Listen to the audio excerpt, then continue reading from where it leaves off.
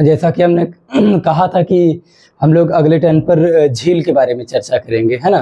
तो आज हम लोग चर्चा करेंगे लेक्स के बारे में। एक लेक्चर में पूरा कवर नहीं होगा, तो पहले हम लोग आज देखेंगे इसके परिचय के बारे में, और मुख्य तौर पर देखेंगे विश्व स्तर की जितनी प्रमुख झीलें हैं उनको अगले लेक्चर में। यहाँ हम जानेंगे झीलों के प्रकार के बारे में और झीलें क्या होती हैं। एक चीज़ ये ध्यान दीजिएगा आप लोग कि हम कितनी भी परिभाषा बताते रहें, परिभाषा आपके एग्जाम में नहीं पूछी जाती है। आपके परीक्षा में पूछा जाएगा जैसे लेक सुपीरियर के बारे में, डीडवाना झील के बारे में, जय समंद के बारे में, पिछौला झील के बारे में, है ना, गोविंद सागर के बारे में। विश्व स्तर पर अगर बात की जैसे टिटिकाका हो गई, है ना, अभी आपको बताया, जैसे लेक सुपीरियर हो गई, जैसे आप जानते हैं विक्टोरिया झील है। तो आपके परीक्षा के लिए ये सब झीलें महत्वपूर्ण होती हैं, क्योंकि एग्जाम में क्या करता है, एक तरफ झीलों का नाम दे देगा और एक तरफ दे देगा स्थान के नाम और कहेगा निम्नलिखित का मिलान कीजिए। या फिर हो सकता है कि एक तरफ झीलों का नाम दे दे और एक तरफ झीलों की प्रकृति दे दे, या फिर हो सकता है कि एक तरफ झीलों का नाम दे दे और एक तरफ पूछ ले कि मानव निर्मित है या प्राकृतिक है ना। इस तरीके से पूछ लेता है कौन सी क्रेटर झील है ना, कौन सी भ्रंशन प्रक्रिया से बनी है, कौन सी दरार घाटी से बनी है। तो इस तरीके से हम लोग हर प्रकार की झील के बारे में एक व्यापक स्तर पर अध्ययन करेंगे कि किसी भी प्रतियोगी परीक्षा में अगर झीलों से संबंधित प्रश्न आए तो कोई करके आए ना आए, लेकिन आप जरूर करके आए, ठीक है। आप लोग क्वालिटी जरूर बढ़ा लीजिएगा। हम बार बार कहते हैं कि बहुत अच्छा, बहुत हाईटेक सुविधा नहीं है, एक सामान्य प्रकार की मोबाइल से ही वीडियो बन रहा है। तो आप लोग क्वालिटी को अगर बढ़ा लेंगे ना तो सब कुछ ठीक दिखेगा, आपको हम भी सुंदर दिखेंगे, ठीक है। देखिए इधर झील के बारे में। झीलें स्थल पर स्थिर जल के अस्थायी जल स्थल रूप होती हैं। झीलें क्या होती है, स्थल पर, जाहिर सी बात है स्थल पर ही होगी, है ना। स्थल पर स्थित स्थिर जल के, जो एकदम शांत जल होता है, शांत जल के अस्थायी स्थल रूप होती हैं। तो इन्हीं को झीलें कहा जाता है, या झीलें इनसे बनती हैं, विकसित होती हैं, धीरे धीरे तलछट से भर करके ये क्या होती हैं, दलदल में बदल जाती हैं। जैसे मान लीजिए कि एक प्राकृतिक गड्ढा है, बड़ा गड्ढा है, उसमें धीरे धीरे वर्षा का जल इकट्ठा होने लगा, उससे झील बन गई। झील तो निर्मित हो गई, लेकिन होता क्या है, अब लगातार इसमें तलछट का जमाव हो रहा है, तलछट हो रहा है, पदार्थ का जमाव हो रहा है। अब लगातार अगर पदार्थ का जमाव होता रहेगा तो क्या होगा, इससे जाहिर सी बात है कि झील एक समय के बाद एक समतल रूप धारण कर लेगी, जैसे स्थलीय भाग में जहाँ हम चल रहे हैं उसके रूप में आ जाएगी, है ना, बराबर रूप में। तो इस तरीके से है। तो वही यहाँ पर लिखा हुआ है कि तलछट से भर कर दलदल में बदल जाती है तथा उत्थान होने पर समीपी स्थल के बराबर हो जाती है। अब बात को समझिए, कहना क्या चाह रहे हैं, भागिए मत इस चीज से। जैसे मान लीजिए हम ये कह रहे हैं कि यहाँ पर एक झील है, ठीक है, ऐसे ये झील स्थित है और ये जो है थोड़ा उच्चवर्ती मैदान है, यहाँ हमारा घर है मान लीजिए। तो एक समय के बाद हम क्या देखेंगे कि धीरे धीरे यहाँ पर धूल के कण, मिट्टी, चट्टान के टुकड़े, ये सब धीरे धीरे इसमें जमा होते चले जाएंगे। सेडिमेंट्स यानी कि अवसाद पदार्थ जब जमा होते चले जाएंगे तो धीरे धीरे भर जाएगी। तो होगा क्या, उत्थान होने पर समीपी स्थल के बराबर हो जाती है। तो क्या हो जाएगी, एक बराबर स्थल के रूप में बदल जाएगा, है ना। तो यही है झील। अब देख लेते हैं बनावट के आधार पर झीलें। देखिए कई तरीके के प्रकार पढ़ेंगे, अभी क्या पढ़ रहे हैं, बनावट के आधार पर, ठीक है। तो बनावट के आधार पर झील दो प्रकार की होती है, एक नेचुरल होती है और एक आर्टिफिशियल होती है, यानी प्राकृतिक झील होती है और एक कृत्रिम झील होती है।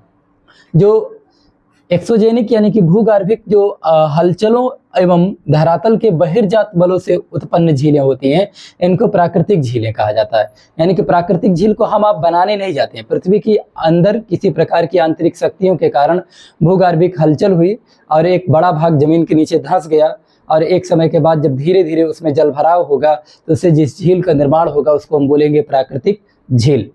बात समझ आई। जैसे अगर बात किया जाए तो उत्तरी अमेरिका की ग्रेट लेक्स है, ग्रेट लेक्स यानी कि जो 5 महान झीलें हैं, इनके बारे में हम आपको उत्तरी अमेरिका के जब महाद्वीप के बारे में पढ़ा रहे थे तो वहाँ इनके बारे में आपको बताए हैं, ठीक है। फिलहाल आप जानते रहें, उत्तरी अमेरिका की जो ग्रेट लेक्स है, महान झीलें हैं, ये प्राकृतिक झील हैं। अफ्रीका की न्यासा झील है, टंगानिका झील है, विक्टोरिया झील है, ये तीनों झीलें अफ्रीका में हैं और ये सब क्या, प्राकृतिक झीलें हैं। साथ ही अगर बात कर लें जैसे भारतीय उपमहाद्वीप में इंडियन सब कॉन्टिनेंटल रीजन में, तो यहाँ पर जैसे डल झील है, वुलर झील है, मानसरोवर है, राकस ताल है, इसी राकस को कई बार राक्षस ताल भी कहा जाता है। तो ये सारी झीलें कैसी हैं, ये सब प्राकृतिक झीलों के उदाहरण हैं। तो उदाहरण को जरूर याद रखिएगा कि ग्रेट लेक कहाँ है ना, न्यासा झील कहाँ है, टंगानिका कहाँ है, विक्टोरिया कहाँ है, मानसरोवर कहाँ है, डल कहाँ है, वुलर कहाँ है। तो याद रखिएगा डल, वुलर, मानसरोवर ये कहाँ है, ये सब प्राकृतिक झीलें हैं जो भारतीय उपमहाद्वीप के अंतर्गत गिनी जाती हैं। ठीक, उसके बाद है कृत्रिम झील यानी कि आर्टिफिशियल लेक, जिसमें मानव का हस्तक्षेप होता है। आप एक जेसीबी लीजिए, अपने घर के आसपास क्या करिए, एक बड़ा सा गड्ढा खोदिए और उसमें जल भराव करिए, बन गई झील, है ना। तो मानव क्रिया द्वारा निर्मित झीलों को कृत्रिम झील कहा जाता है, आर्टिफिशियल लेक कहा जाता है। जैसे हूबर झील है, ये यूएस में है, इसको मानव के द्वारा बनाया गया। ऐसे ही ओनकाल है, युगांडा में स्थित है, और हाई स्वान मिस्र में है। वोल्टा झील ये जरूरी है, घाना में स्थित है। भारत में अगर बात करेंगे, यहाँ पर देखिएगा ये जरूरी है, भारत में भाखड़ा बांध के पीछे निर्मित गोविंद सागर झील, है ना। आपको पता है ना एक ऐसी झील है, सबसे बड़ी मानव निर्मित झील है भारत की। और साथ ही चंबल की गांधी सागर झील है। राजस्थान की अगर बात किया जाए जैसे जय समुद्र, राज समुद्र, और क्या पिछौला झील, है ना। कई बार एग्जाम में पूछा गया पिछौला झील है कहाँ, तो राजस्थान में स्थित है। राजसमंद कहाँ है, तो हम बताएंगे कहाँ है, राजस्थान में स्थित है। जय समुद्र कहाँ है, राजस्थान में स्थित है। और बनावट के आधार पर बात करें तो ये सब झीलें हैं कैसी, तो हम लोग जानेंगे कि ये सब वास्तव में देखा जाए तो सब कृत्रिम झीलें हैं, इनको बनाया गया है, ना कि पृथ्वी के भूगर्भिक हलचलों के कारण बनी हुई है। तो इस तरीके से हम लोगों ने देखा बनावट के आधार पर झीलों के प्रकार। ठीक है, और अब जानेंगे हम लोग क्या, जल की प्रकृति के आधार पर झीलों के प्रकार, है ना। On the basis of nature of water, इनका क्लासिफिकेशन जो पढ़ना रहेगा हमको, वो जल की प्रकृति के आधार पर पढ़ना रहेगा। तो हम लोग देखेंगे इसमें दो प्रकार की झीलें, एक तो है खारे जल की झीलें और एक होती ताजे या मीठे जल की झीलें, मीठे पानी की झीलें। समझिएगा, खारे पानी की जो झीलें होती हैं ये कैसी झीलें होती हैं, इनमें जो है जल आता तो है लेकिन जल के निकासी की कोई व्यवस्था नहीं होती है, जल भराव हो जाता है और निकासी की व्यवस्था ना होने के कारण क्या होता है कि ये झीलें कैसी हो जाती हैं, खारी हो जाती हैं। तो यही है खारी झीलें। जरूरी है इनका एग्जाम्पल जानना। तो जैसे एग्जाम्पल की अगर बात करेंगे तो कैस्पियन सागर या संसार की खारे पानी की सबसे बड़ी झील है ना। ऐसे ही डान जुआन पांड, ये कहाँ है, अंटार्कटिका की खारे पानी की झील है। फिर गेटवले पांड, ये कहाँ है, इथोपिया में स्थित है। और टर्की की वान झील, मृत सागर की बात किया जाए, और ऐसे ही यूएस की ग्रेट साल्ट लेक, ये सब के सब क्या है, खारे पानी की झीलें हैं। ठीक है, और ताजे पानी की झील की अगर बात किया जाए तो इसमें जल के आगमन और जल के निकासी दोनों प्रकार की व्यवस्थाएं पाई जाती हैं। तो मीठे पानी की झीलें होती हैं क्योंकि जल आ भी रहा है, जल का निकास भी हो जा रहा है, तो जाहिर सी बात है कि पानी नमक में परिवर्तित हो ही नहीं पाएगा। नया चला रहा है, पुराना निकल जा रहा है। हाँ, पुराना निकल जा रहा है, नया आ रहा है। और जब ये प्रक्रिया लगातार होती रहेगी तो उसमें जो है पानी के खारे होने का सवाल पैदा ही नहीं होगा। तो हाँ, फ्रेश वाटर, इसको अंग्रेजी में फ्रेश वाटर कहा ही जाता है, फ्रेश वाटर लेक है ही ये। ठीक है, तो इस तरह की झीलों में जलापूर्ति तथा निकास दोनों की व्यवस्था होती है, यानी जलापूर्ति, जल आता भी है और इसके निकास दोनों की व्यवस्था होती है। तो इसी को कहा जाता है ताजे पानी की झीलें या मीठे पानी की झीलें। इसी कारण नमक कभी संचित नहीं हो पाता है ना। जैसे लेक सुपीरियर की बात कर लें, सुपीरियर झील विश्व की सबसे बड़ी ताजे पानी की झील, जिसका विस्तार यूएस और देख रहे हैं कनाडा दोनों जगहों पर पाया जाता है। दुनिया की सबसे बड़ी मीठे पानी की झील सुपीरियर झील है ना। और ऐसे ही अन्य एग्जाम्पल में बात करें जैसे बैकाल झील है, कहाँ, रूस में। टीटीकाका झील है दक्षिणी अमेरिका में। नैनीताल, सातताल, भीमताल, है ना, भारत के उत्तराखंड की बात कर रहा हूँ। तो ये सभी झीलें मीठे पानी की झीलें हैं। बात समझ आई। तो इस तरीके से अभी हमने जाना बनावट के आधार पर झीलें, और उसके बाद जाना क्या, जल की प्रकृति के आधार पर झीलें। और अब हम जानेंगे उत्पत्ति के आधार पर। उत्पत्ति के आधार पर जो झीलें हैं उनका सिर्फ आज नाम जानेंगे, बाकी अगली क्लास में आपको इनकी परिभाषा और इनके उदाहरण के साथ कौन सी झीलें कहाँ पाई जाती वो बताऊंगा। फिर उसके बाद झीलों से संबंधित जो प्रश्न आए हैं वो महत्वपूर्ण तथ्य अलग लिखाऊंगा। बात समझ आई।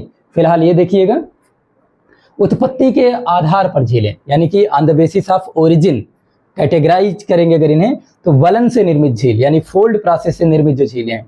फिर है क्या, ब्रंसन द्वारा निर्मित झील, है ना। फिर है दरारी घाटी झील, ठीक है, क्रेटर झील, है ना, इसके बारे में जानना रहेगा क्योंकि यहाँ से प्रश्न आपके एग्जाम में पूछा जा चुका है। साथ ही हिमानी निर्मित झील, हिमोड़ निर्मित झील, झील वाटिका, और कौन सी झील, गोखुर झील, ऑक्सबो लेक, ये एग्जाम में खूब पूछा गया है, इसको भी हम लोग पढ़ेंगे आगे। डेल्टा झील, भूकंप से निर्मित झील, और उसके बाद क्या है, अवनमन कुंड, और फिर क्या है,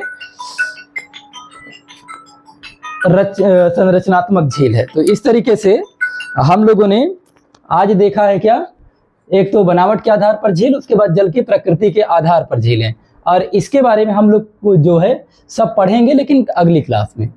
और आपके एग्जाम में गोखुर से खूब प्रश्न आया है, और यहाँ से दरार घाटी से, क्रेटर झील से, है ना, इन सब जगहों से बहुत ज़्यादा प्रश्न पूछे गए, तो हम लोग सभी पढ़ेंगे। ठीक, तो आज के लिए इतना ही रखते हैं। अब और फिर से एक बार रिक्वेस्ट कर रहे हैं कि आप लोग जो है क्वालिटी थोड़ा सा बढ़ा करके वीडियो देखते रहिएगा, ठीक है। अब चाहे टॉपिक आपको अच्छी लगे या ना लगे, आपके लिए ट्विस्टेड हो या ना हो, लेकिन एग्ज़ाम के लिहाज से अगर ज़रूरी है तो हम उन सभी टॉपिक पर चर्चा करेंगे ही करेंगे, है ना। हो सकता है कुछ टॉपिक आपको अच्छी लगे, कुछ ना लगे, लेकिन पढ़ना सब है, ठीक है। आज के लिए इतना ही, थैंक यू।